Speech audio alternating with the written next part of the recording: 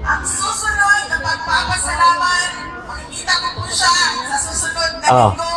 Mahal natin lahat at inaantay natin lahat ang kanyang paglabas at pag-uwi sa... Yes!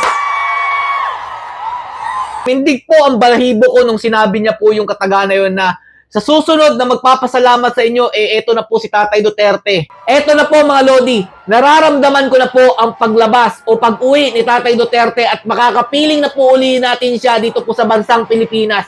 Kaya humanda kayo mga kakamping at mga loyalistang tanso. Dahil kapag dumating yung araw na iyon, lalo kayong mahihirapan na pabagsakin ang mga Duterte. Yari na mga idol, mukhang may good news na po tayo. Dahil nga po, ito pong mga kakamping at mga loyalistang tanso namimiligro na. Papauwi na po si Tatay Duterte sa ating bansa.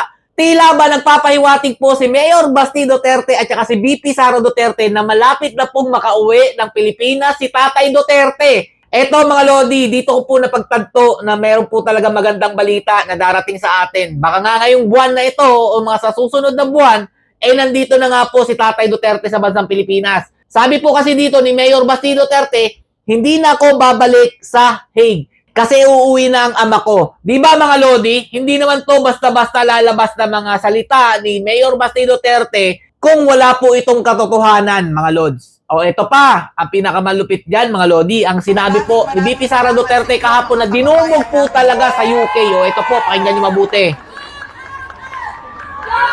Gabi?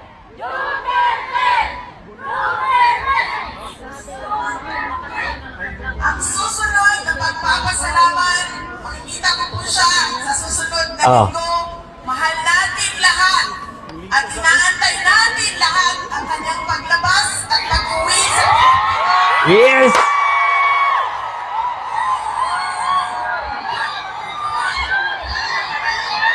Grabe to.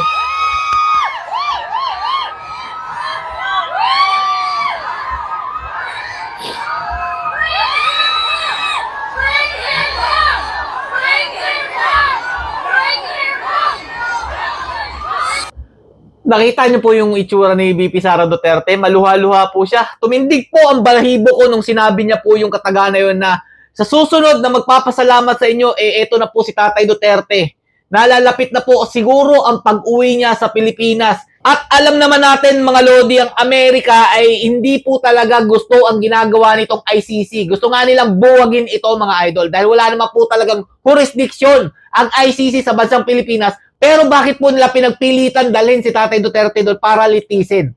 Eto na mga Lodi, nagresulta na po ang ginawa nila kay Tatay Duterte. Kitang-kita po natin sa mga supporters ni VP Sara Duterte at ng mga Duterte kung gaano po sila dinudumog kung saang lugar man po sila pumupunta. Hindi po yan mga bayaran.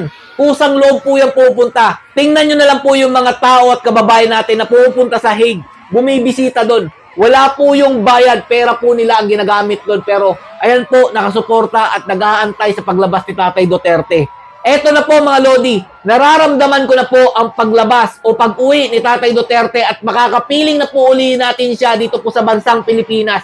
Kaya humanda kayo mga kakamping at mga loyalistang tanso. Dahil kapag dumating yung araw na iyon, lalo kayong mahihirapan na pabagsakin ang mga Duterte. Hanggang dito lang po muna mga Lodi. Manalangin po tayo na sana po makalabas na po at makauwi ng agaran si Tatay Duterte sa bansang Pilipinas. Nang sa gayon, hindi po nila maisakatuparan ang maiting na balak nila kay VP Sara Duterte. Stay safe mga Lods and God bless you all. Kahit anong mangyari, kahit anong gawin yung paninira sa mga Duterte, Duterte pan kami hanggang huli.